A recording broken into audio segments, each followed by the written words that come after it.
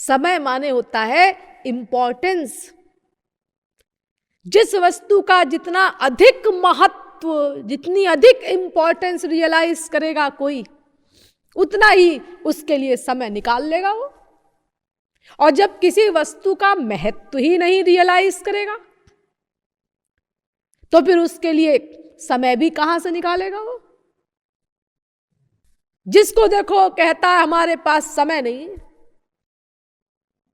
जिसकी 2000 तनख्वाह है वो भी कहता है हमारे पास टाइम नहीं है, जिसकी 10,000 तनख्वाह है महीने की वो भी कहता है हमारे पास टाइम नहीं है, जिसकी 1 लाख रुपए या 10 लाख रुपए आमदनी है महीने की वो भी कहता है हमारे पास टाइम नहीं, और जिसकी 10 करोड़ रुपया महीने की आमदनी है उसके पास तो और भी सब टाइम नहीं है। वो तो कहता है अरे अरे बहुत व्यस्त हैं, अभी तो खाली हमारी 50 मिल है, 51वीं खोलनी है हमको, हाँ टाइम नहीं है हमारे पास। बाइबल कहती है for what is a man profited if he gains the whole world but loses his own soul. अरे तुम सारा संसार इकट्ठा कर लो लेकिन आत्मा का हनन कर रहे हो तो तुमको मिला क्या? क्योंकि तुम जो जितनी प्रॉपर्टी इकट्ठी कर रहे हो ये तुम्हारे काम तो आएगी नहीं, ये तो यही छोड़ के जानी है तुमको, और किस क्षण छोड़ के चल देना पड़े इसकी भी कोई गारंटी नहीं। क्षण भंगुर है ये जीवन, रोज देखते तो हो अपनी आंखों से। ये प्रॉपर्टी तो काम आएगी ही नहीं तुम्हारे, इसके कमाने में तुमने जो 420 की है, मक्कारी की है, उसका दंड भोगने के लिए नरक में जाना पड़ेगा, वहां घोर यातनाएं सहनी पड़ेंगी तुमको। क्या लाभ हुआ तुमको? सारे जीवन तुम यही कहते रहे हमारे पास टाइम नहीं है, टाइम नहीं है। प्लेटो कहता है While I have life and strength, I shall never cease from the practice and the teaching of philosophy, exhorting anyone whom I meet and saying to him after my manner, my friend, are you not ashamed of heaping up the greatest amount of money and honor and reputation, and caring so little for wisdom, truth, and the greatest improvement of the soul, which you never regard or heed at all? अर्थात जब तक मेरे अंदर जीवन है और शक्ति है तब तक मैं स्वयं तो इस फिलॉसफी की प्रैक्टिस करूंगा ही, लेकिन दूसरों को भी उद्बोधन देता रहूंगा। जो भी मुझे मिलेगा मैं उसी से कहूंगा कि हे मेरे दोस्त, क्या तुमको लज्जा नहीं आती कि तुम संसार की चीजों को इकट्ठा करने के लिए तो इतना समय देते हो, इतनी शक्ति खर्च करते हो, और आत्मा जो असली स्वरूप है तुम्हारा, उसके कल्याण की तुमको जरा भी चिंता नहीं, उसकी कोई परवाह नहीं कि उसकी वस्तु भी उसको दो। ऐसा ही अरिस्टोटल ने भी लिखा है। अरिस्टोटल के एक डायलॉग का अंश है, B assured that the good of man does not depend upon abundance of possessions, but upon the right inner quality. Even the body is not regarded as in a happy condition merely because it is decked out in resplendent robes, but only if, though wanting in finery, it is well developed and in good health. Likewise, one should call only that man fortunate whose soul is ethically developed, rather than the man who is rich in outward possessions but is worth nothing in himself. Even a horse is judged by its actual virtues. If it is a poor horse, it is not rated higher because it has a gold bit in its mouth and a costly harness on its back. ये Aristotle के शब्द हैं। यानी ये पक्का समझे रहो कि तुम्हारा कल्याण सांसारिक संपत्ति, सांसारिक वस्तुओं की प्रचुरता में नहीं है, बल्कि आंतरिक गुणों का विकास करने में है। कोई मनुष्य जिसके पास सांसारिक संपत्ति प्रचुर मात्रा में है, वो भाग्यशाली नहीं। भाग्यशाली उस मनुष्य को कहना चाहिए, भले ही उसके पास सांसारिक चीजों का अभाव है, लेकिन उसके पास आत्मा की संपत्ति है, ईश्वरीय संपत्ति है। लेकिन भले ही ग्रंथ कहा करें, भले ही संत कहा करें, भले ही फिलोसफर्स कहा करें, लेकिन जिसके पास संसार का वैभव है, उसके ऊपर इन सब उपदेशों का प्रभाव नहीं पड़ता, उसका कोई इलाज ही नहीं। ऐसे मदांध अविवेकी व्यक्ति का कोई इलाज नहीं किसी के पास, न भगवान के पास और न किसी संत के पास। उसका केवल एक इलाज है, क्या? भागवत में बताया हो, असतः श्रीमदान्धस्य दारिद्र्यं परमंजनम आत्मौपम्येन भूतानि दरिद्रः परमीक्षते। भागवत 10वें स्कंद के 10वें अध्याय का 13वां श्लोक। जब कभी उसकी वो सांसारिक संपत्ति नष्ट होगी, तब अहंकार खत्म होगा, और जब अहंकार का पर्दा हटेगा, तब वास्तविकता को देखेगा वो, तब आंखें खुलेंगी उसकी, तब होश में आएगा। इसीलिए भगवान का कानून है, तम भ्रंशयामि संपद्भ्यो यस्य चेच्छाम्यनुग्रहम्। भागवत, मैं जिस पर कृपा करता हूं उसकी सांसारिक संपत्ति को छीन लेता हूं। ध्यान दीजिए सब लोग, बहुत ध्यान दीजिए इस पॉइंट पर। यहीं पर हम लोगों की गाड़ी रुकी हुई। हम लोग ये समझते हैं कि संसार का मिलना भगवान की कृपा है, भगवान जिस पर कृपा करते हैं उसको संसार दे देते हैं, ऐसा भ्रम है हम लोगों को। तभी तो वो मंदिरों में एक आरती गाई जाती है ना, हाँ, उसमें एक पंक्ति आती है ना, सुख संपत्ति घर आवे। पता नहीं किसने ये आरती बनाई है, ये सारी इंडिया में गाई जाती है। कोई वास्तविक महापुरुष तो इसको बना नहीं सकता, क्योंकि वास्तविक महापुरुष जो होगा वो तो भगवान के कानून के अनुसार काम करेगा, वेदों शास्त्रों के अनुसार होगा उसका कार्य। और वेद शास्त्र तो ये कहते हैं कि भगवान की कृपा नहीं है ये संसार का मिलना, क्योंकि संसार का मिलना तो जीव को भगवान से और विमुख कर देता है। और फिर देखो स्वयं भगवान ये कह रहे हैं, तम भ्रंशयामि संपद्भ्यो यस्य चेच्छाम्यनुग्रहम्। मैं जिस पर कृपा करना चाहता हूं उसकी सांसारिक संपत्ति को छीन लेता हूं।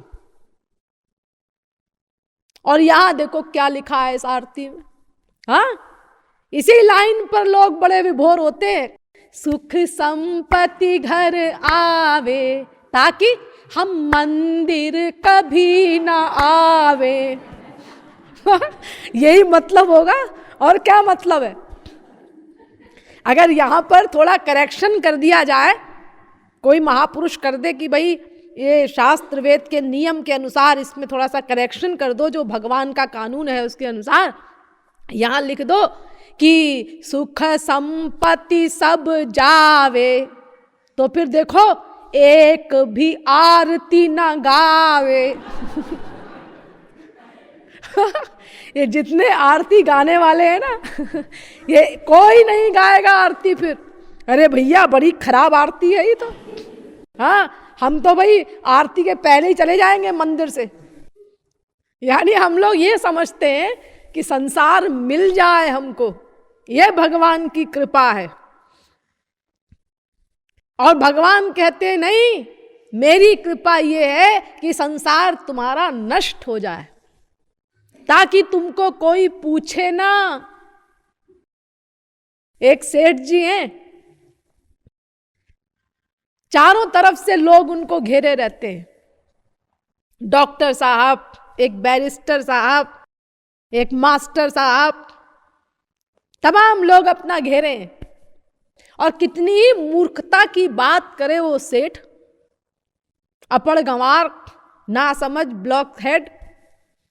लेकिन साहब, अरे सेठ जी वाह वाह, आपने भी क्या बात कही, 16 आने ठीक बात कही। और वो ना समझ सेठ समझता है कि वाकई में मैं बड़ा काबिल हूं। अब कल को उसका दिवालिया निकल गया। अब जब दिवालिया निकल गया तो ये सारे टर गायब हो गए, मास्टर भी, बैरिस्टर भी, डॉक्टर भी। अब कोई नहीं आता। सेठ जी बैठे हैं और सामने से डॉक्टर जा रहा है, देखता भी नहीं उस तरफ। तो सेठ जी ने आवाज दी, अरे डॉक्टर, वो तुम्हारी भाभी साहब बीमार हैं, जरा उनको देख लो। मेरे पास टाइम नहीं है, मुझे जाना है। टाइम नहीं? अरे तुम तो बिना बुलाए रोज हमारे यहाँ आते थे, 1-1 घंटा बैठते थे, गप करते थे, और आज कहते हो टाइम नहीं। हाँ सेठ जी, तुम बड़े भोले हो। तुम समझते थे कि हम तुम्हारे लिए आते थे। अरे तुम्हारे लिए नहीं आते थे, हम तो वो पक्षी हैं कि पेड़ में फल लगे तो पक्षी बिना बुलाए आए, चहचहाए, फल खाए, फल खत्म हो गए, पक्षी उड़ गए। अब कोई बुलाए वो नहीं आएंगे। तुम समझते थे हम तुम्हारे लिए आते थे। अरे तुम्हारे यहां, हम तुम्हारे यहां से जो हमको 10,000 रुपया महीना की इनकम होती थी, हम उसके लिए आते थे। आज तुम्हारे पास हमको देने के लिए पैसा नहीं है, तो हमारे पास तुमसे बोलने के लिए एक वाक्य नहीं है। ये संसार का स्वरूप है।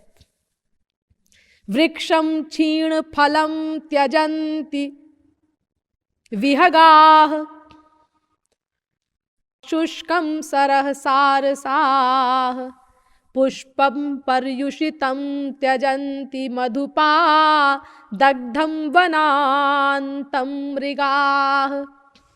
निर्द्रव्यं पुरुषं त्यजन्ति गणिका, भ्रष्टश्रियं मन्त्रिणः, सर्वः कार्यवशाज्जनोभिरमते, कस्यास्ति को वल्लभः। सब अपने स्वार्थ के लिए प्यार करते हैं। कौन किसका प्रिय संसार में, कौन किसको चाहता है? लेकिन ये होश नहीं आता।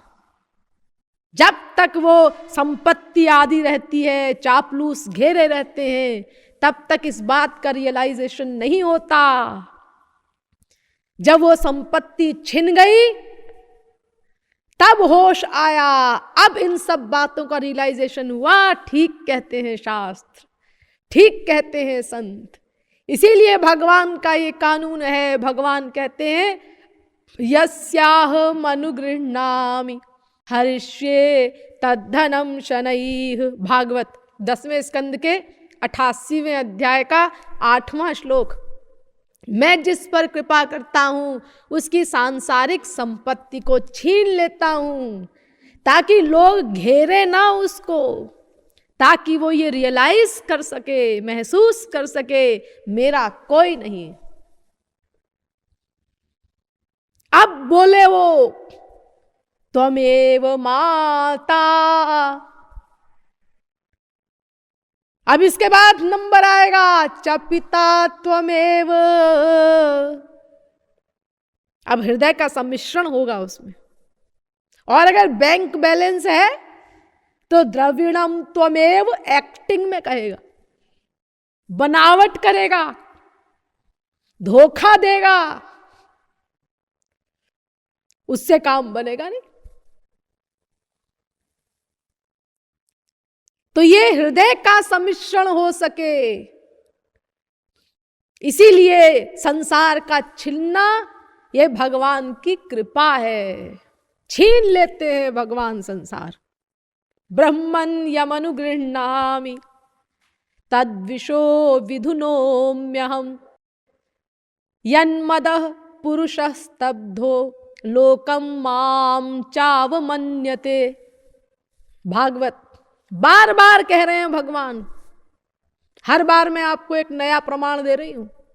कितनी बार कहा है इस बात को भगवान ने, मैं जिस पर कृपा करता हूं उसकी सांसारिक संपत्ति को छीन लेता हूं।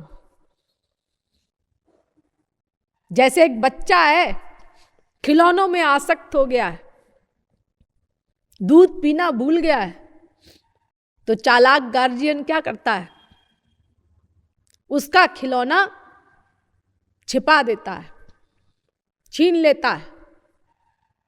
अब जब खिलौना नहीं रहा तो बच्चे को मां की याद आई, दूध की याद आई, अब रोने लगा। तो मां आई और उसके लिए जो वास्तविक अमृत था, दूध था, वो उसको पिलाया, जो काम की चीज थी।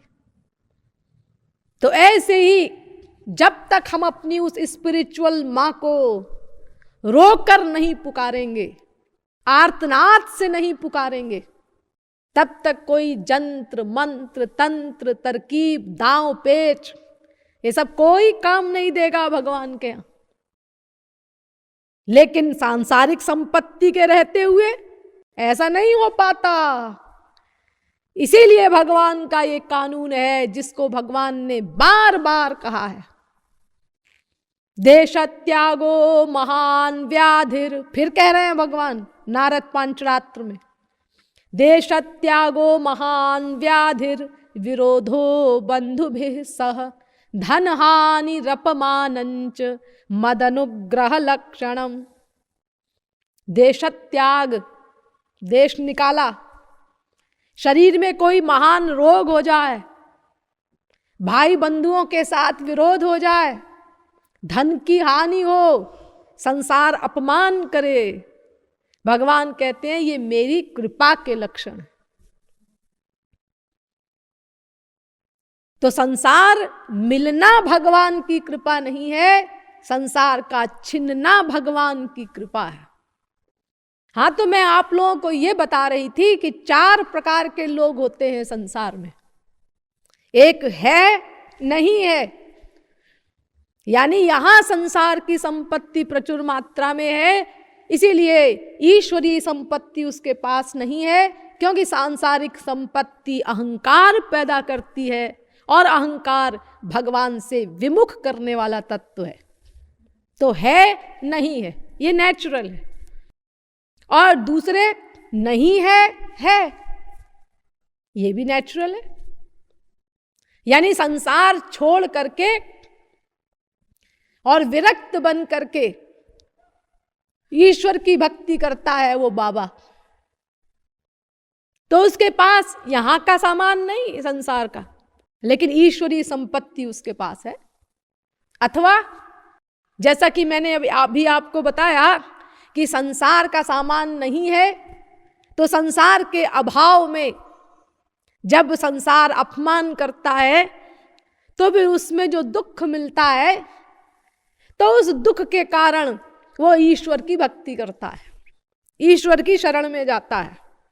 जग का जो दुख मिले गोविंद राधे, सोई दुख वाते हरि भजन करा दे। राधा गोविंद गीत। और ये जो मैंने आपको सिद्धांत बताया ना कि भगवान जिस पर कृपा करते हैं उसकी सांसारिक संपत्ति छीन लेते हैं, यानी संसार का दुख भगवान की कृपा है, ये और धर्मों में भी है। ये सिद्धांत सेंट पॉल ने भी कहा है, for God sometimes uses sorrow in our lives to help us turn away from sin and seek eternal life. अर्थात कभी कभी दुखों का प्रयोग करते हैं भगवान जीव को पाप से हट करके और वास्तविक चीज की प्राप्ति के लिए प्रयत्न करने में हेल्प करने के उद्देश्य से, ताकि वो संसार से हटे और ईश्वर की शरण में जाए। तो नहीं है ये भी नेचुरल। और तीसरे होते हैं, यानी अब मैं अननेचुरल श्रेणी बताने जा रही हूं। है यानी यहां भी सांसारिक संपत्ति है और ईश्वरीय संपत्ति भी उसके पास है। ये नेचुरल नहीं है, ये अननेचुरल चीज है, आश्चर्य है। ये ऐसा होना नहीं चाहिए, क्योंकि नियम तो वही है जो मैंने भी आपको बताया, आम नियम, कि संसार अगर है तो भी ईश्वर की ओर नहीं जा पाता वो। लेकिन नियम में अपवाद भी होता है, तो ये नियम का अपवाद है। ऐसे लोगों को योग भ्रष्ट कहते हैं।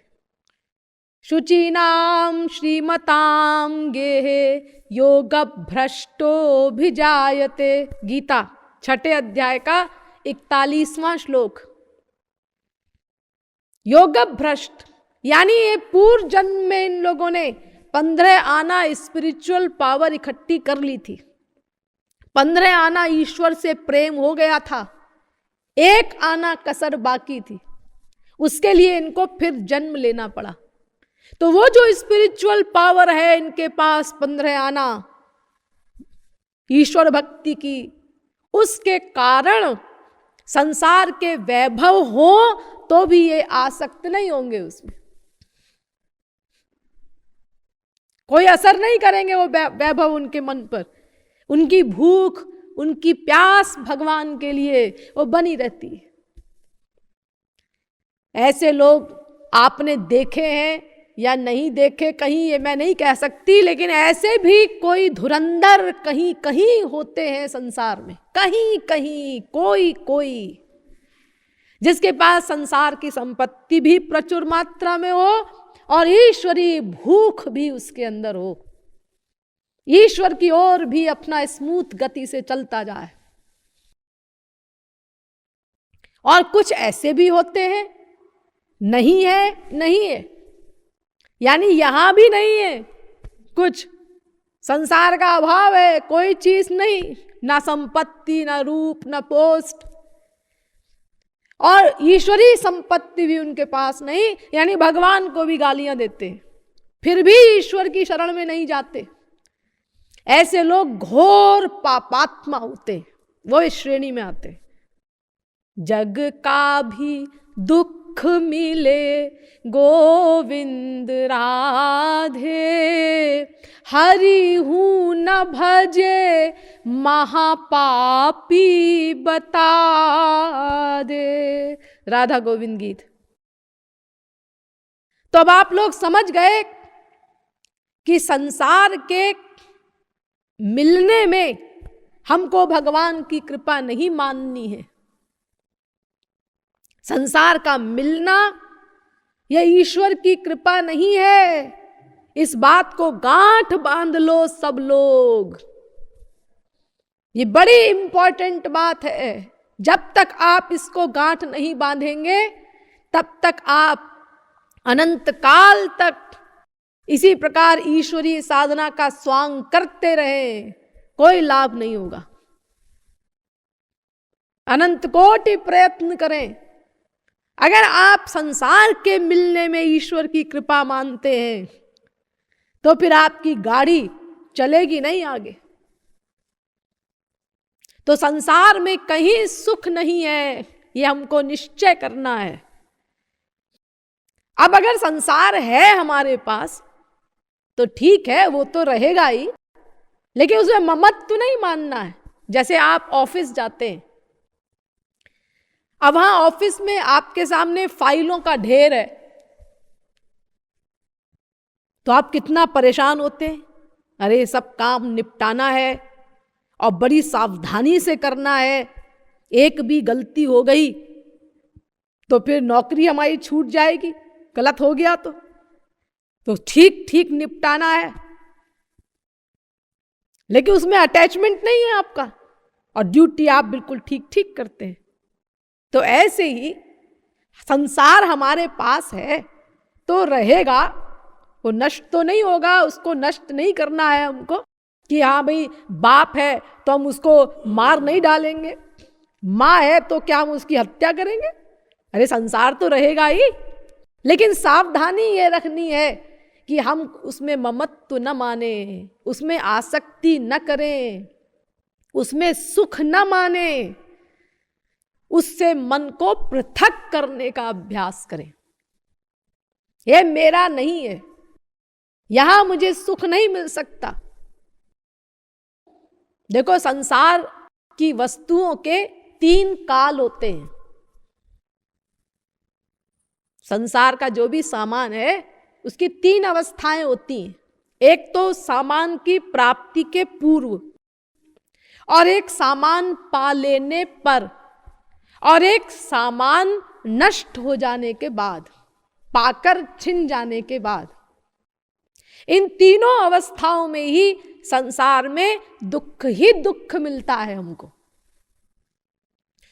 किसी वस्तु की प्राप्ति के पूर्व तन्निमित्त प्रयत्न में कष्ट होता है, वस्तु के पा लेने पर उस वस्तु के संरक्षण में कष्ट, प्लस उसके नष्ट हो जाने के भय में कष्ट, और वस्तु नष्ट हो गई तो कष्ट ही कष्ट। इस प्रकार तीनों अवस्थाओं में कष्ट। एक स्त्री है, 10 साल हो गए शादी के और उसको संतान नहीं हुई और वो बड़ी परेशान है। मंदिरों में जाती है, संत महात्माओं के पास जाती है, देवी देवताओं की मनौती करती है, किसी प्रकार एक पुत्र हो जाए, संतान हो जाए। एक राजा था चित्रकेतु, उसने 1 करोड़ स्त्रियों से ब्याह किया। 1 करोड़ स्त्रियां एक चित्रकेतु राजा के। फिर भी उसने ये जजमेंट नहीं दिया कि अगर किसी के पास 1 करोड़ स्त्रियां होंगी तो उसको स्त्री जगत से तृप्ति हो जाएगी। तो 1 करोड़ स्त्रियों से ब्याह करने के बाद भी चित्रकेतु को एक भी संतान नहीं हुई। खैर उसके बाद तपस्या की उसने, तो ऋषि मुनि आए, नारद अंगिरा, उन्होंने वरदान दिया तो 1 पुत्र हुआ। अब 1 रानी के पुत्र हुआ, बाकी सब बिना पुत्र के। तो बाकी सब लोगों को बड़ी ईर्ष्या हुई और सबने मिल करके उस पुत्र को जहर दे दिया और वो मर गया। यानी राजा बिना पुत्र के हो गया। फिर तो देखो पुत्र पाने के पहले कितना कष्ट, पुत्र पाने के पहले तप करना पड़ा उसको। और अगर आप कहें कि भाई हमने तो कोई तप नहीं किया पुत्र की प्राप्ति के लिए, ऐसा कह सकते हैं कुछ लोग।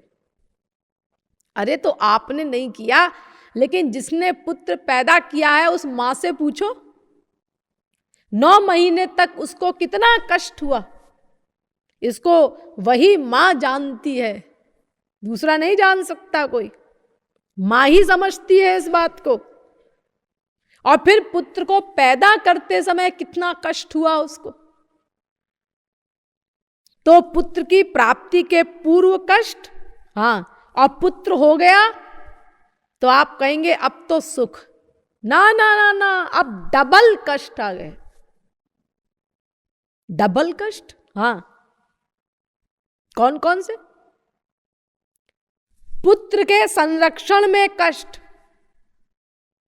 अब 24 घंटे वो बिजी हो गई, पहले तो बड़ी उछल कूद करती थी पति के साथ, चलो इस बार मसूरी चलते हैं, चलो अब की बार वहां चलते हैं पिकनिक पे। लेकिन अब बेटा पैदा हो गया तो अब पिकनिक विकनिक सब बंद, घूमना फिरना सब बंद, क्योंकि अब वो बच्चा अबोध है, उसकी 24 घंटे रखवाली करनी पड़ेगी। बिजी हो गई वो। तो पुत्र के मिलने के बाद उसके संरक्षण में कष्ट प्लस उसके नष्ट हो जाने के भय में कष्ट। इतनी केयर कर रही है फिर भी उसको बुखार हो गया, जुकाम हो गया, अब परेशान है वो, बुखार बढ़ता जा रहा है। पति से कहती है सुनो जी अभी जाओ डॉक्टर को बुला के लाओ, 104 बुखार हो गया मुन्ने को।